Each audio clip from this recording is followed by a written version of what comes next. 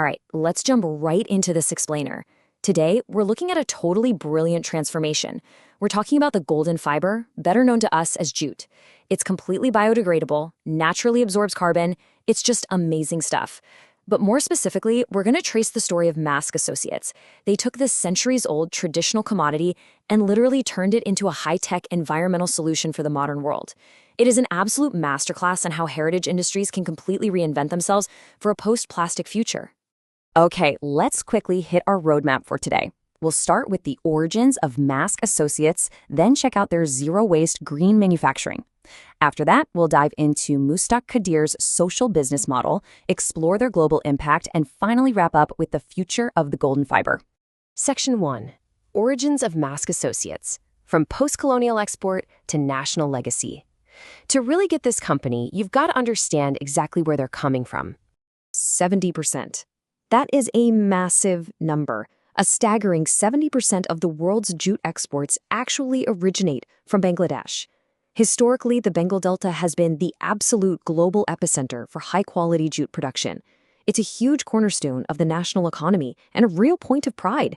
And this rich historical context, that's exactly where Mask Associates was born. Their legacy stretches across a timeline of over 40 years.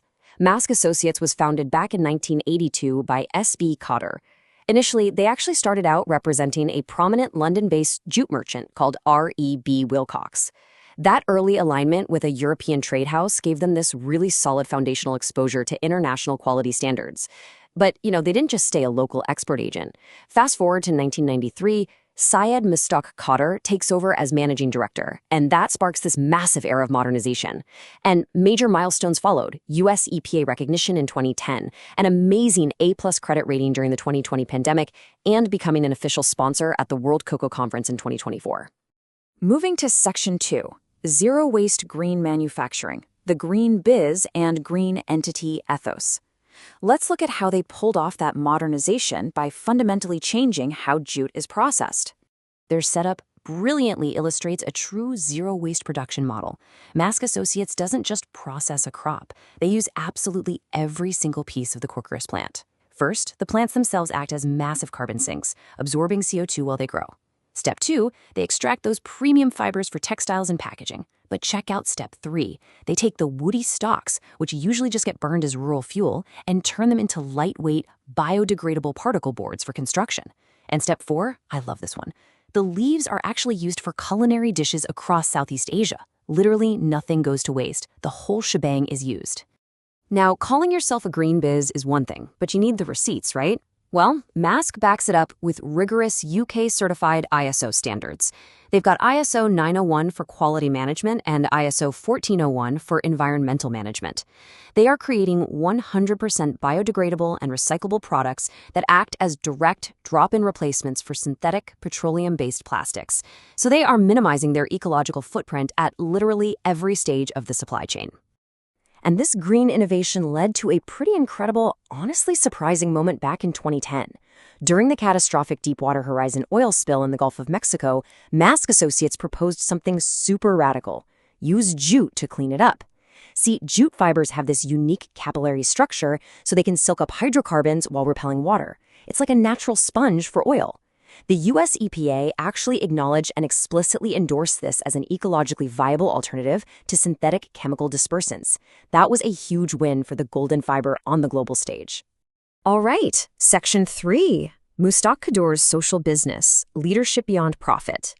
Let's shift gears and look at the human-centric governance driving all this operational success. What's really interesting here is the stark contrast between the foundational era and the modern era of the company. In the early days, you had S.B. Cotter, who championed jute as a national heritage. He pioneered the post-independence export market and even earned the title of commercially important person. But when his son, Syed Mustak Kadir, took the reins in 1993, he massively expanded that vision. Mustak pivoted the whole company toward the circular economy. He became a global advocate for worker safety and transitioned Mask from a traditional corporation right into a social business. So what exactly does social business mean? Basically, it's a self-sustaining, non-loss, non-dividend company. It's built specifically to address societal challenges and combat poverty rather than just maximizing wealth for shareholders. Investors get their initial money back, sure, but all surplus profits are relentlessly reinvested into the company. It's all about fueling expansion and enhancing that core social mission. This philosophy is held up by 7 specific pillars. And notice the huge emphasis on treating employees as stakeholders. It's not just about financial sustainability. It's about social responsibility, gender sensitivity, and really fostering a positive, joyful corporate culture. By sourcing raw materials directly from local farmers, Mask provides a stable market, which fosters social inclusion and creates vital, lasting jobs in rural economies. And here's a really powerful example of that ethos in action. Mask Associates actually took their expertise right into the Rohingya Kutupalong camp. They set up a 4-step jute bag production process directly within the camp.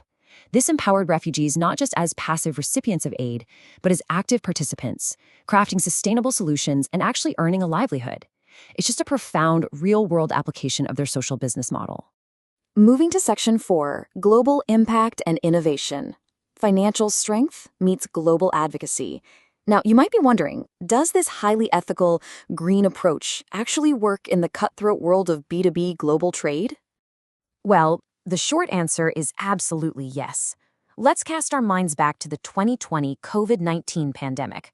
Global supply chains were completely breaking down. Commodity markets were in absolute chaos. Yet, instead of collapsing, MS Dale Associates relied on incredibly meticulous financial management and strict contingency plans. So, the really crucial point is their new grade, A+. Right in the middle of a massive global economic crisis, Mask Associates was actually upgraded to an A+ credit rating from Alpha Rating Limited. I mean, that proves without a doubt that a social business prioritizing green practices isn't just a nice ethical choice, it is a highly resilient, rock-solid corporate strategy. That financial strength has really allowed them to step up as global advocates. In 2024, they were the official bag sponsor at the prestigious World Cocoa Conference over in Brussels. They provided these awesome eco-designed jute bags for delegates from 52 different countries. And they weren't just there to hand out swag. Mustak Kader actually sat on the panel for sanitary and phytosanitary measures, advocating for the health and safety of agricultural workers across the entire global supply chain. They're taking jute from basic bulk export sacks straight to high-value global event branding. And finally, Section 5, Future of the Golden Fiber, the Post-Plastic Era. Let's wrap things up by looking at where all of this is heading. The global market is rapidly shifting away from single-use plastics, and big organizations are definitely taking notice of Mask's blueprint. In 2024, they were recognized as Asia's most promising SME at the ACES Awards. The judging panel honestly stated it perfectly. They are driving sustainable growth through responsible innovation. They've shown exactly how a small to medium enterprise in the global south can lead the charge in a highly competitive, eco-conscious world. Which leaves us with one final vital question. As the world officially enters the post-plastic circular economy, we kind of have to look backward to look forward, right?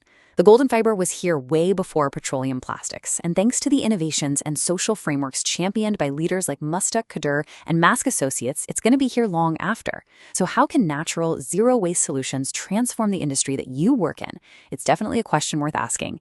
Thanks so much for joining me for this explainer, and keep exploring.